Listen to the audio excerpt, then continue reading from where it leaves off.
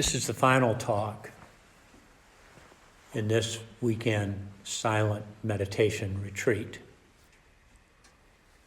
with the topic of life in the 21st century. You are worthy of joy. And the specific topic of this retreat is accessing our innate joy.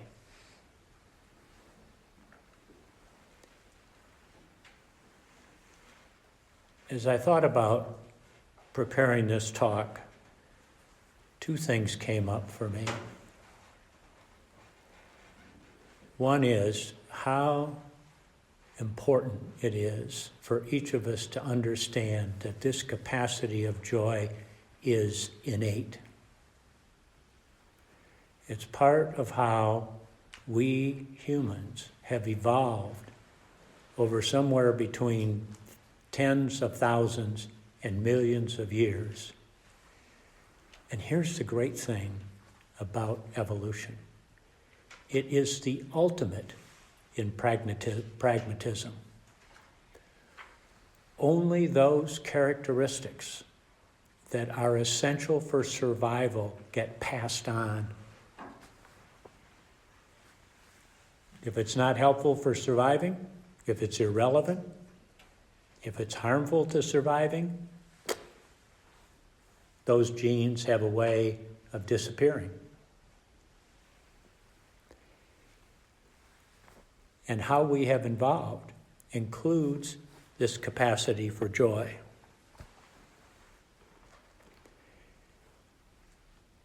On several occasions, you've been invited during this retreat to recall a moment of joy. And I'll invite you to do that one more time. We cannot do this too often. So just take one more moment. Maybe it's something from your childhood. Maybe it's being held in a moment of distress by a favorite grandmother. Maybe it's an experience in which there was both joy and pain simultaneously. Whatever comes up for you.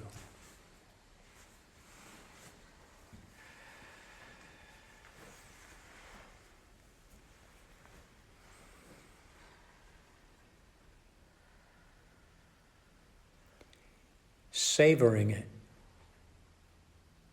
Being really connected to it. Let it wash throughout your body. Nothing else but savoring joy in this moment.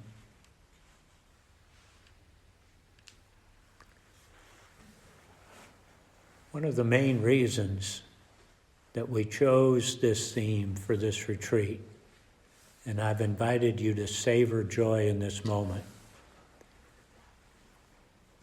is that, as we say at its core in mindfulness, life is hard, we are inclined to make it harder. And so every moment we can access this innate capacity for joy is about shifting away from the ways that we make life even harder. It's hard enough all by itself. We don't need to make it harder. And joy is one of the paths forward.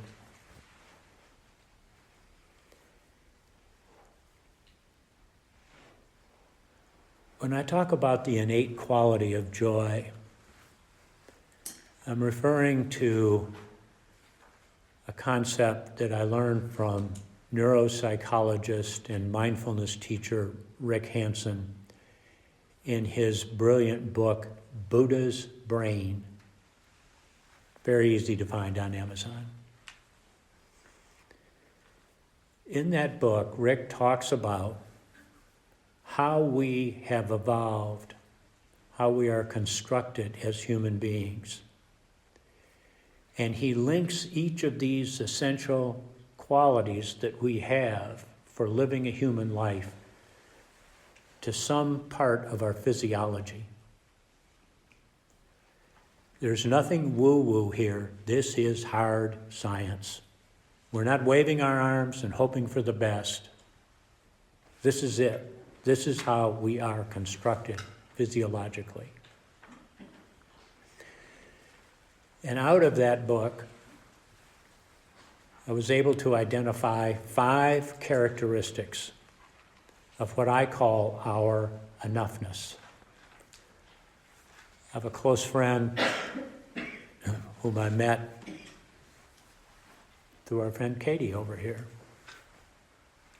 who taught me the idea of inherent enoughness. And Rick Hansen then elucidated the characteristics.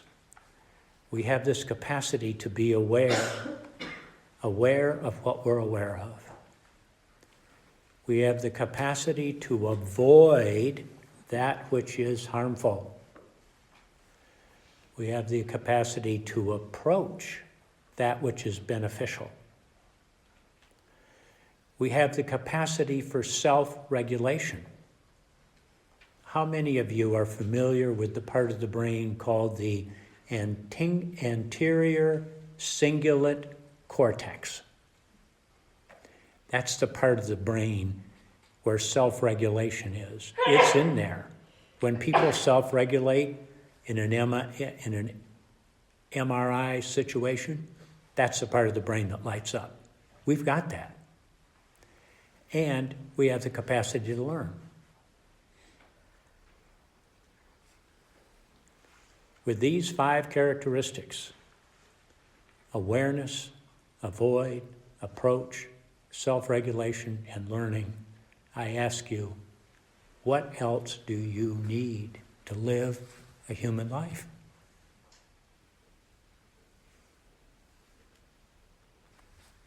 Pretty much it. There is so much about our conditioning that says, you're not enough, you're not enough, you're not enough. You are deeply flawed. There's something the matter with you.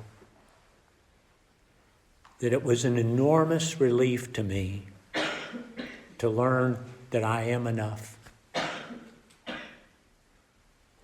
We are all enough. We've got it. What happens in life, of course, is that causes and conditions layer over our characteristics of enoughness. And we begin to think we don't have them. We begin to think that we are so flawed that there's no hope.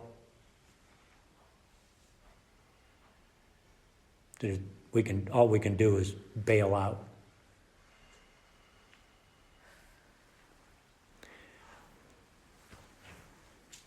So here we are in the 21st century. And I doubt there are many of us who are not especially aware of the divisiveness in our society, of the inequities, the social and racial inequities, the economic inequities, of the war that Russia is perpetrating on Ukraine, the starvation and suffering that is happening among tens of millions of people. It would be hard to be unaware of it because the media, whether it's the traditional media or social media, is slamming it in our faces all the time. The underlying reality is, no matter what statistic you look at, this is the best time for well-being, for the most people being well off in the entire history of humankind. And much remains to be done.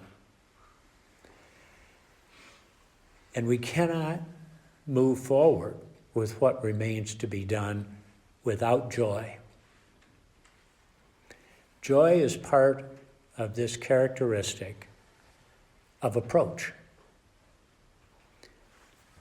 Karantama talked about it yesterday, is part of the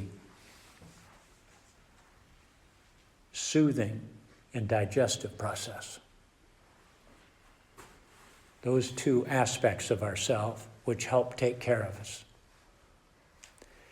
When we approach, we are connecting. And connecting takes lots of forms, but the most powerful and ultimate form of connecting is love. And it's hard to experience love without simultaneously experiencing joy. So approach, connecting, joy, they're all part of who we are. So what this comes down to is that if we have an aspiration toward well-being in our lives, toward having the space to make choices, toward navigating the tens of thousands of both joys and sorrows with awareness and openness and acceptance, instead of getting lost in denial and resistance and wishing things other than they are. We need to know how to access joy. And both John and Karantama have given you several techniques, skills for doing so. And I'd like to add to that list. And I'd like to begin with some guidance from the late, highly venerated Vietnamese monk Thich Nhat Hanh, who suggested that in any given moment we inquire of ourselves, what is not wrong here? No matter how wrong, how difficult, painful, unjust any given situation is, there is always some part of it that's not wrong. And turning our attention there is not about denying what is wrong. It's about giving us the resources to accept the reality of what is wrong, instead of getting caught up in resistance or just wishing things were other than they are. So paying attention to what's wrong, not wrong, is energizing. It's fulfilling. It gives us greater capacity to go forward skillfully. He also suggests that from time to time, we just find a sliver of joy in whatever we're doing. A sliver. How small is a sliver? It's really tiny. And yet it is so powerful because it engages this approach capacity.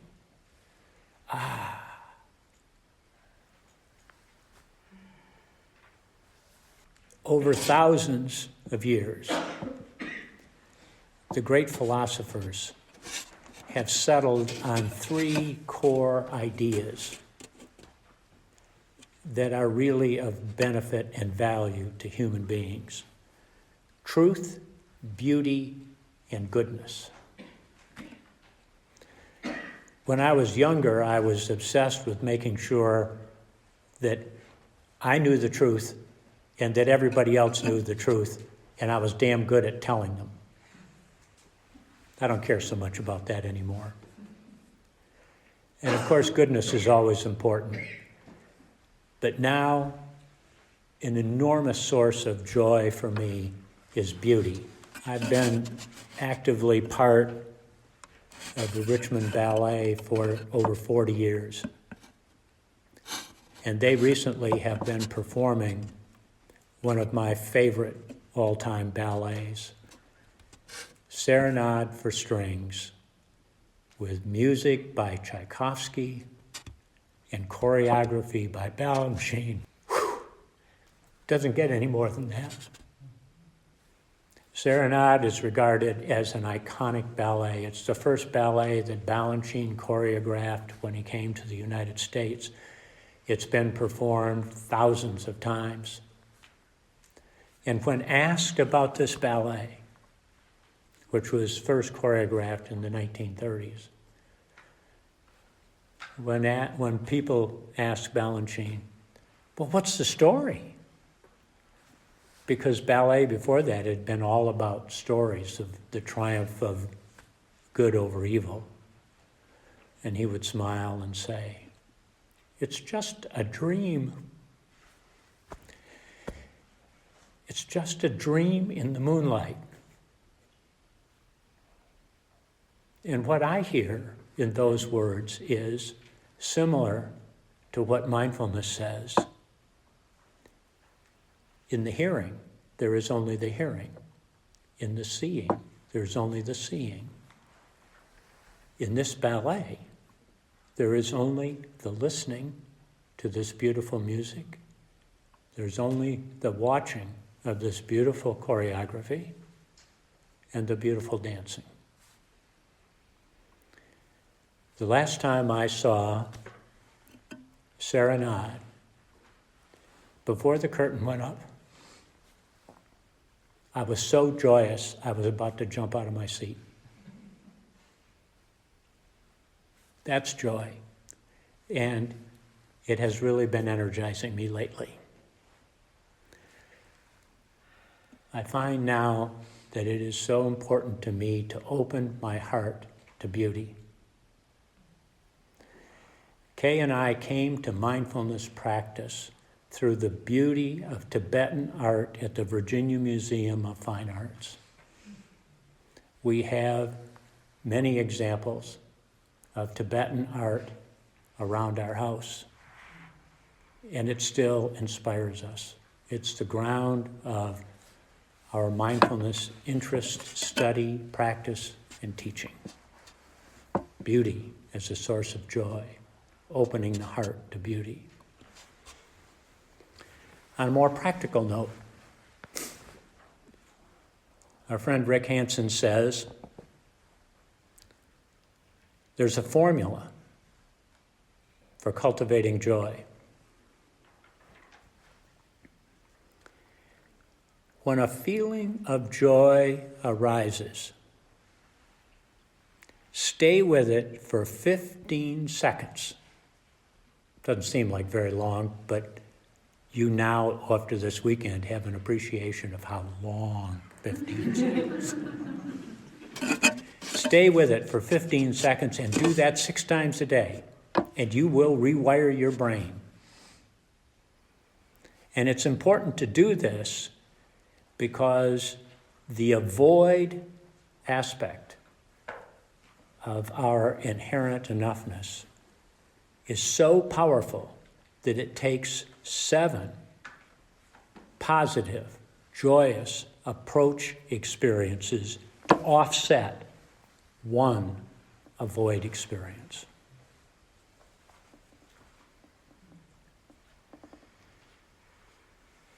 So we take in the good.